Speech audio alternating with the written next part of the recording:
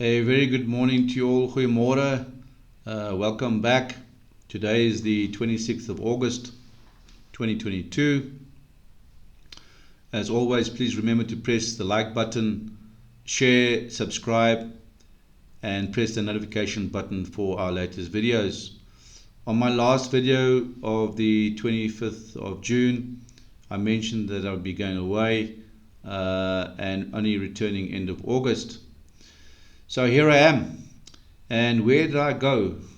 I went to Angola with 6-1 veterans to place remembrance plaques down for the brothers and sons of ours that had lost their lives and had paid the ultimate price for peace. Now, over the past weekend on the 20th of August, there was a program on YouTube called Fireside with the Colonels. It was a fantastic evening that we had spent with retired Colonel Chris Wyatt from the United States Army. And it's very impressive to see how Colonel Chris Wyatt knows the histories and the South African politics of South Africa to the finest detail. There we spoke about Russia, Ukraine, the war there and the effects it will have on Europe. Then we moved over to America, spoke about the civil unrest there and that future, the uncertain future that's arising there from the Biden administration. And then we closed with the South African political situation and our problems here, and where we touched sides on the July 2021 riots in KwaZulu-Natal and Gauteng, where 340 plus lives were lost and billions of rands in business also lost. Which brings me to today's topic. I'm going to talk to you today about the oath of office, and it's important that these things are all recorded for future archival access. And also there are millions of people out there that don't carry knowledge of what public office bearers do and the oath that they have taken to ensure that their duties are carried out. So briefly, I'm going to talk to you about the definition and importance of the oath, background structure of public office, which will include the state president and the SA cabinet, and of course all the security arms and the state authorities and their obligations. Then this will be brought in line with the South African Constitution and law. I'm going to focus on Chapter 11 of the Constitution, and of course the public office end result. I've mentioned about this before in previous videos, the end result, but let's look at public office end result, and of course what's the way forward. What do we do in this case as a nation, especially after hearing what happened outside the High Court yesterday between the case of AfriForum and Julius Malema on Kill the Boer. Right, let's look at the definition and the importance of the oath. An oath is a solemn promise, sometimes made in front of a witness or witnesses, or a vow in the court of law that you may tell the absolute truth. The oath is an important ceremonial gesture signifying the official start to one's term in office. Importantly, it means that the official, whether it be the state president or its cabinet ministers, or even all the heads of the authorities, the defense force, the police, correctional services, and also the judiciary, they make a public commitment to their duties, responsibilities, and obligations associated with holding such a public office. Oaths serve as a guarantee of what is promised. Swearing to tell the truth, one guarantees that what you say is the truth and that it will happen like such. Oaths are self-endorsing, and the practice of an oath taken by a person places his very life at risk. Now, an oath is not a pledge. There's a difference. An oath often comes with a price, excuse me, for not keeping it. This could mean even death. An oath is portrayed as the most serious of all words, as in pledge and promise, etc., etc. This oath is what makes public offices different. So when you take an oath in public office, it's different and is separate from a normal civilian career and responsibilities. Public office bearers guarantee public safety, protection in person and property with their lives. So let's look at the organizational structure and public office of our government. We have the national government that has got three branches, which is the executive, which includes the president and the cabinet, and they govern the country. We have the judiciary, which is the courts that uphold the law, from the homeless to the richest. And of course we have the 9 provincial governments. Now if we look at the SA cabinet, which is the executive, it consists of the president as head, the deputy president and the ministers, all the cabinet ministers, and this is the ruling party. The president being, in this case, Cyril Ramaphosa, appoints the deputy president, its ministers and deputy ministers, and their powers are assigned and their functions. And this goes along with the oath of office.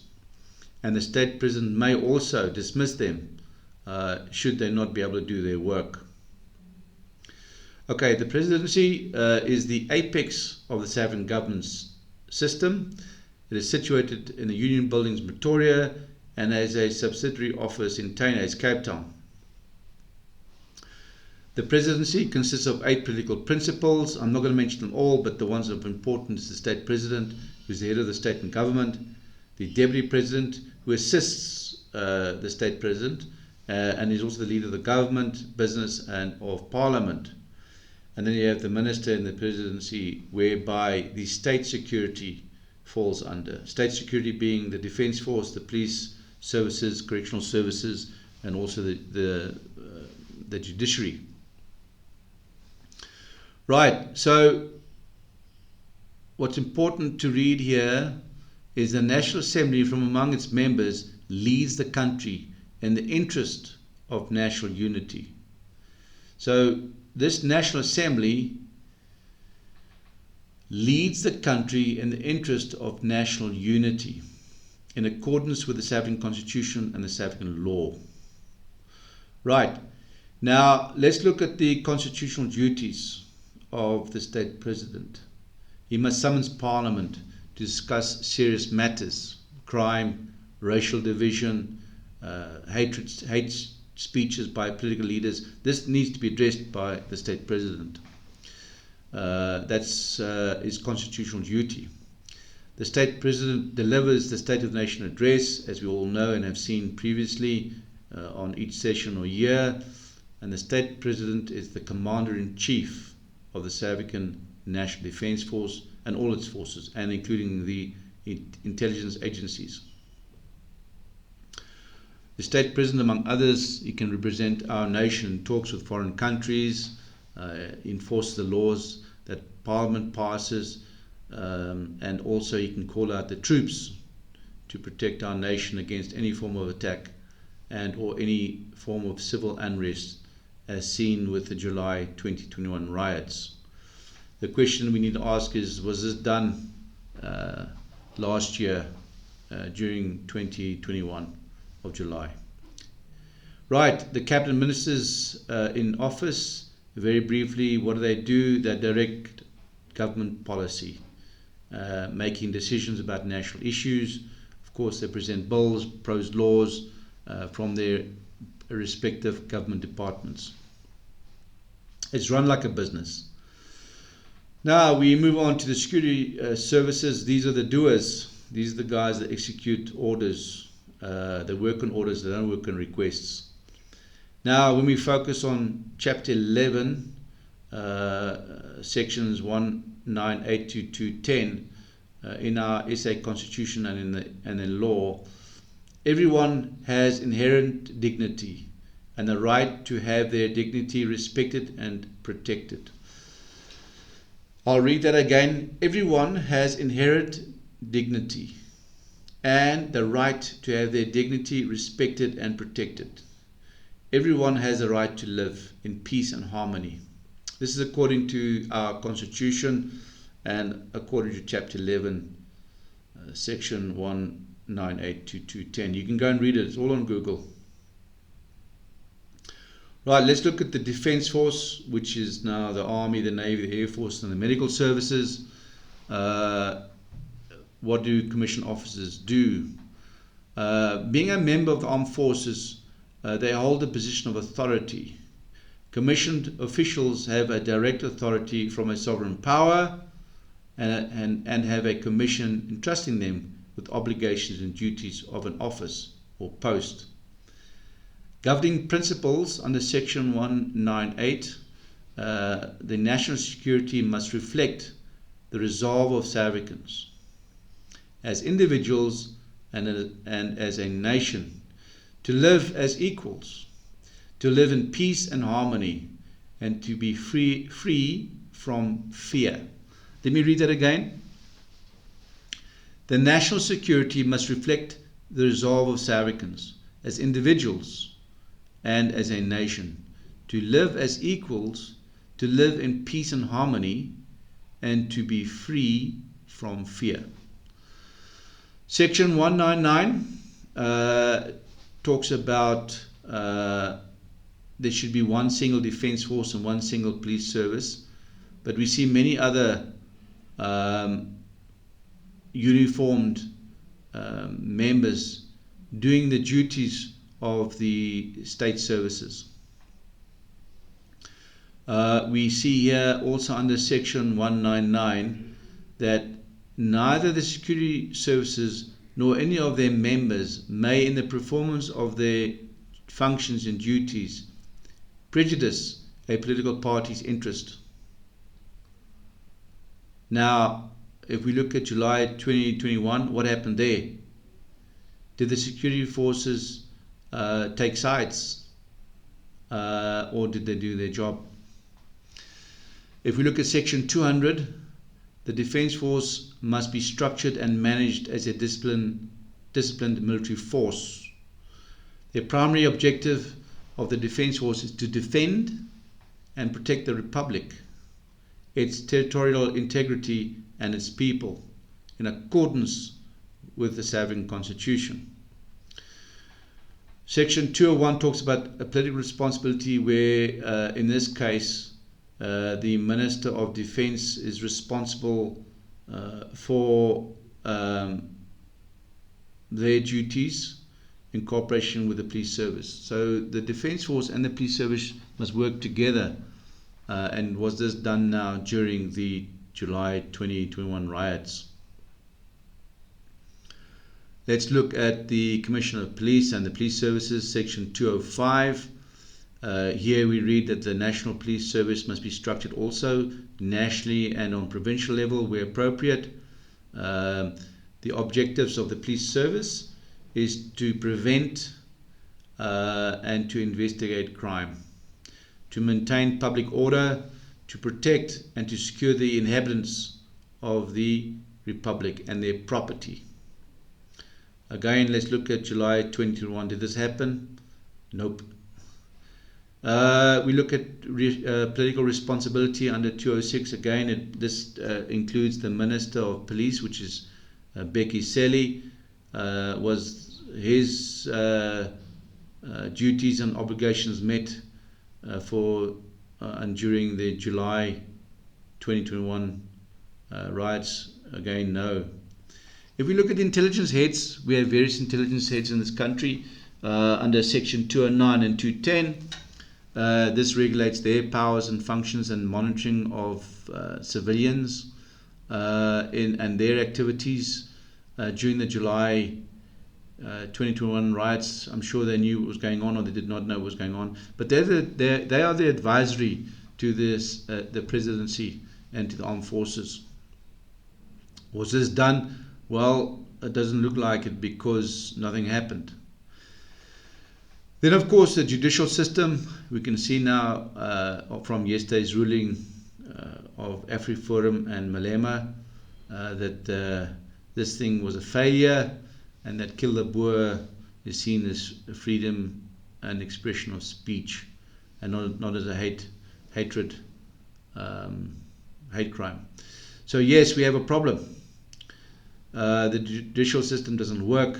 We have a judge that I feel has not represented the South African Constitution and has respected and upheld the law for all, where we need to be equal and to live in peace and harmony. So obviously this ruling of yesterday in the High Court of Pretoria is now a contradiction to what we all have worked for worked for as a nation. Looking at military veterans, we are close on probably 1.5 million of us. We've also had taken the oath many years ago, and from the South African presidency right through to the present armed forces, to the veterans, we have an oath. And this is something that we need to think about. Right, during the evening I was asked what do I do and why I only mention forces and the Southland Defence. Well, this is the times we're in. I am in business, but at the moment with the situation in the country, one has to look at safety of our citizens, and that's taking most of our time, and it has to be like that because this is where we are today. If you look at the profile and character of the ex-forces guys of all arms, we need to get involved. We need to assist where we can. We can't allow things to carry on like this. Right, so if we look at all the public office bearers, the end result from the president right through to the cabinet to all the security forces, the question we need to ask ourselves is, where were you all during the July 2021 riots? And are we going to allow this to happen again? Now, I think what's important to bring in here is I have spoken to a reliable member that lives in Mamelodi and has family in outlying areas, and he mentioned to me that Thabo Mbeki brought up about 3 weeks ago about an Arab Spring scenario, and he said this Arab Spring is the definite. It's just a question of when. He said the people are tired, there's no work, there's no money, and it's just a question of when this thing's going to happen. So the questions we need to answer ourselves is, who in public service at the various levels is accountable, and who at the various levels is responsible for the July 2021 insurrection, the deaths that took place, and of course the business loss? Are the public bearers from the South African presidency through to the forces, all arms of the forces, are they going to allow this again to take place? Because the locals in the surrounding areas believe that the Arab Spring is going to happen again. Are the office bearers in a position to address this coming event that's coming up? Are we do we have democracy with the constitution and the design? Has this been deliberately construed so that there's chaos in the country? So there's a lot of questions that we need to answer, but if we look, and I always say, if you look at what you see, what's going on, I saw what happened outside court yesterday in Pretoria on video with AfriForum and of course with the EFF members dancing outside, singing the slogan "Kill the Boer." We have problems coming up, and of course, why is the constitutional structures and design of our people security services, why are they not working? There's corruption, criminal elements are protected, and things don't look good. What's the way forward for us? And this brings me then to closure. We have been now informed what public bearers do according to the Constitution, We know that an oath has taken place, and the end result is chaos to this very day, ending with the court appearance outside the High Court on the AfriForum and Julius Malema racial case. So yes, it's time to make decisions. I'm here on video along with other members to continually promote early warning and alarm bells of what's going to happen. And in this case, you've heard it yourselves. The Arab Spring is going to happen. Thabo Mbeki's mentioned it. We don't want this to happen, but there's no control. State authorities that have taken an oath are not doing their jobs. We've seen what happened in July of 2021. So yes, you need to get the message, and I want to strongly ask yourselves to pray about this, but you need to join. You need to join an organization like ourselves that have an emergency plan initiative that kicks in when chaos breaks out, when the government cannot look after you, as you've seen before and mentioned so many times before. Just follow the links below to join. Again, please like, share on all possible platforms, subscribe and press the notification buttons. I'm looking forward to talking to you all again soon. Stay well, safe, keep sharp. Tot ziens en groete.